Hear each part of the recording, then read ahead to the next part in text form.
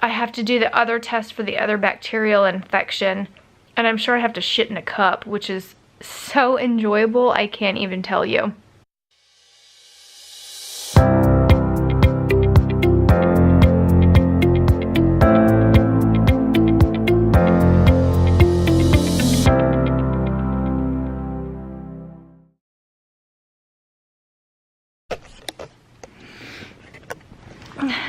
Okay, something I forgot to talk about. When I went to the salivary clinic 2 weeks ago now, I guess, at least 2 weeks ago, she ran all sorts of extra labs. It was like 7 blood tests, and some of it was my autoimmune markers just to check it and see where it was, and it's like doubled since the last time it was done. And then we did all the regular stuff like metabolic panels and CBCs and urinalysis and whatever, and just to check all the things. And of all the things that were tested, I failed like 13 of them. Most of them are because of my malnutrition, which is frustrating. And so with the urinalysis that was done, and I've been dumping ketones for at least almost 10 months now, and that's part of malnutrition. But I'm also like, now I'm dumping protein, and there was a moderate amount of blood in there too, which just can't be good, especially not with my body, and I've got kidney trouble anyways. And it was just like, and I've had UTIs, like 3 UTIs, E. coli UTIs in the past few months, but I've never had blood. And so I get all these like whacked out responses back, or results back off of my testing, and then literally no one can figure out what to do. Part of the problem is my subspecialties didn't want to step on the toes of the other subspecialty, and so until I talked to that, my salivary doctor, I couldn't do anything because everybody was just like finger tied. Like, it was so weird. But urology and nephrology are not subspecialties that I have yet. And so I went for 3-4 days. It took almost a week for all the results to get back in, and then it was 3-4 days before I finally could get answers out of anybody, and everybody was pretty much, go see your primary, go see your primary. Not ideal at the moment, but that's what I ended up having to do. So I went to my primary, and I've had labs rerun. I'm still waiting for the results because they're going to try to culture it and figure out if we can find out what kind of infection I have, and if we can figure out where the infection is, because they really think now that I have an E. coli kidney infection because of the bladder infections that I had, and then instead of the antibiotics fixing it, which they did for my bladder because I don't feel like I have a bladder infection right now, they think it creeped up, and so now it's in my kidneys, which is really less ideal because I really don't need anything else to have to deal with at the moment.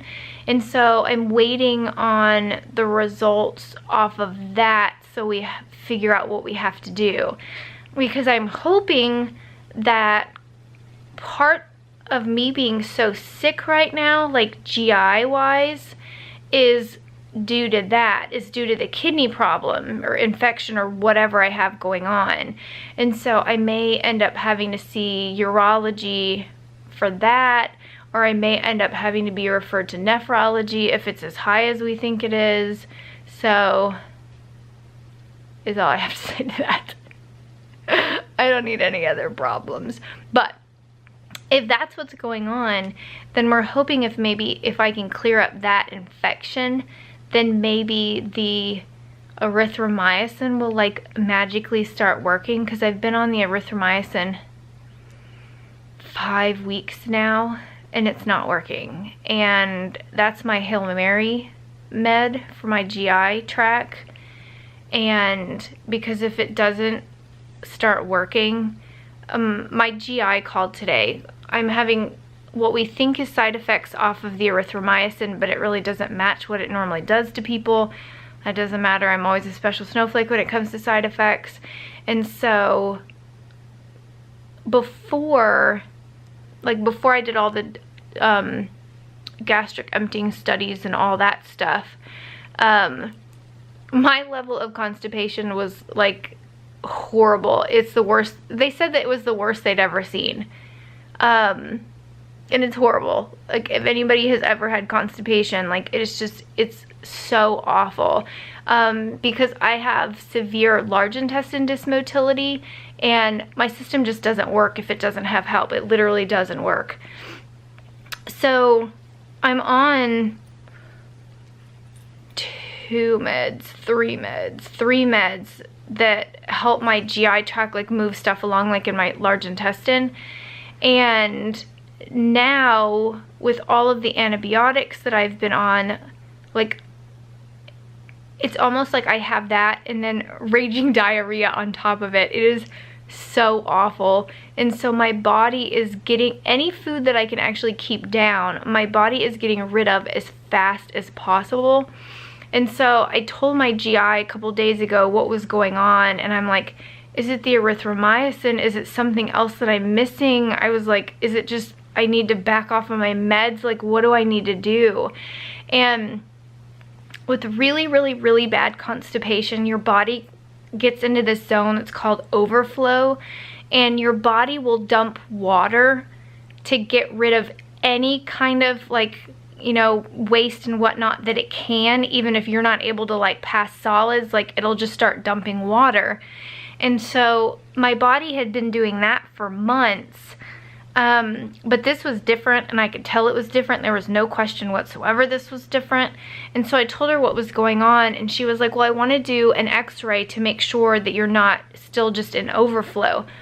Again, I totally understand that they have to prove it and whatnot, but it's just, it's frustrating because I literally, so this morning I left, and it took me 2.5 hours round trip to go have a 5-minute, well, I had 4 x-rays done.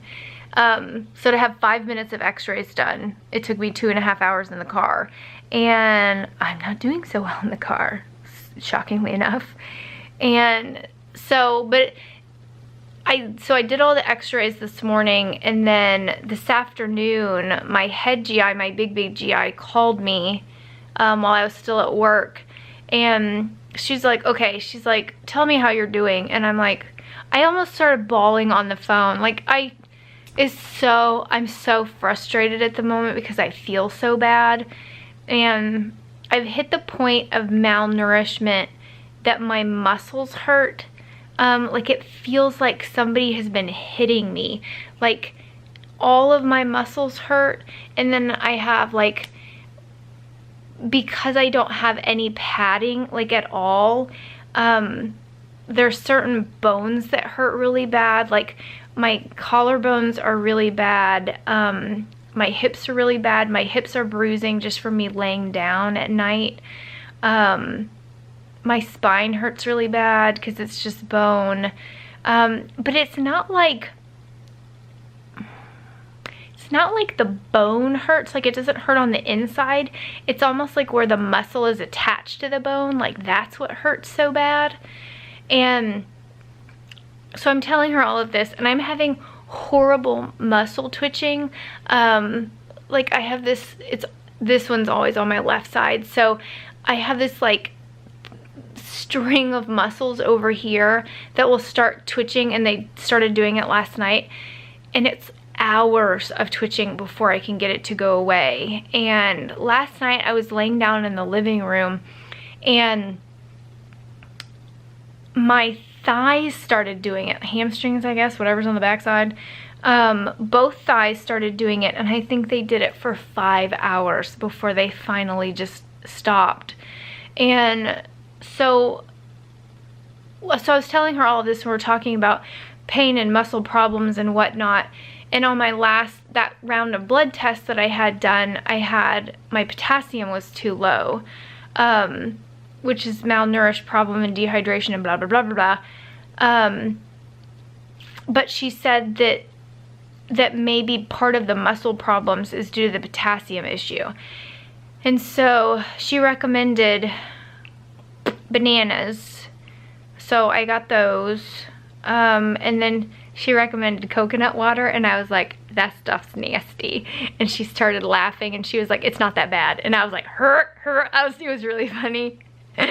So anyways, we talked about all that, and she's like, how's your weight? And I was like, I'm at the lowest weight I've ever been, and it's like, I just feel awful. And I'm so tired, like my whole body is so tired. I'm shuffling to walk because my body is so tired. It's really bad right now. And I told her all about the kidney stuff, and she was aware of it. She knew of my test results when I had them, when I got them back last week. And so I was filling her in on what we think is going on, and then I'm doing more testing and whatnot. And she told me about, okay, and I just got done with that other bacterial infection in my small intestine. Excuse me. And so I had 2 weeks of big ass antibiotics for that one. But I started probiotics the day I was done with it because we're trying to get some kind of good bacteria back in my system. But then the whole like raging diarrhea and all the issues that is going on, and she told me something else. There's another kind of bacterial infection that might be in my large intestine now because we got rid of all the other bacteria and maybe the bad stuff's taken hold. She's like, it's a long shot, but she's like, it's something super easy to test for. I don't remember what it's called. She told it to me twice, but I couldn't understand. It was like an acronym. SIFTA, I don't remember. I'll have to look it up. And so I've got to have blood work done, like pre-albumin levels done, which I think my primary did this week, and she's gonna rerun them tomorrow. And then I have to do the other test for the other bacterial infection, and I'm sure I have to shit in a cup, which is so enjoyable, I can't even tell you. So I've got to do that, and then so we're chit-chatting, whatever, and she takes a deep breath, and I'm thinking, oh fuck. Like literally, I have no idea what she's gonna say. And she's like, you can't keep going like this. And I was like, I know. And I said, you know, I'm just not willing to like give up on the Hail Mary med yet. Because I'm really hoping if we fix the kidney stuff that maybe that stuff will like settle. Which really doesn't make sense because I'm dumping protein too. And she's like, that's not malnutrition. She's like, I don't know why you're dumping protein, but it's not good. And she's like, you've got about 2 weeks before you hit a level that's not good. Like I'm already in the severe malnourished category. And she's like, she's like, we're gonna have to do something. And she's like, so tell me what's going on with the kidney stuff. Let's run the other testing. And she's like, but like at the end of 2 weeks, she's like, we're gonna make a decision on whether or not you have to have a J-tube. And like I've been asking questions for several visits, so probably 3 months, just asking questions and trying to get somewhat familiar and blah blah blah, and how she works and whatnot. And like I thought I was like in a pretty okay place about it, but like being faced with it, it's scary, and it's major surgery, and there's so many complications that could potentially arise from it. But then the other part of me is like breathing a sigh of relief that I can maybe, that I'll have some help, like some real help, and not just shoving more medication into my system that my body can't process and then has side effects from. So I'm trying to get my head wrapped around it, and I really think it'll be a good thing, but like getting through it sounds horrible at the moment. So everybody that has feeding tubes, chime in below. So mine would be a straight J. She doesn't like GJs, and I don't think I would do. The reason she doesn't like GJs is because it takes all of your electrolytes out if you start draining your stomach. And yeah, she's got lots of reasons behind it, and I understand them and agree with them. So, so I'll keep you posted. But everybody tell me all of your really good stories about feeding tubes so I can feel better. And I'm gonna go and I'm going to hold my bed down. So, okay. catch up with y'all later. Bye.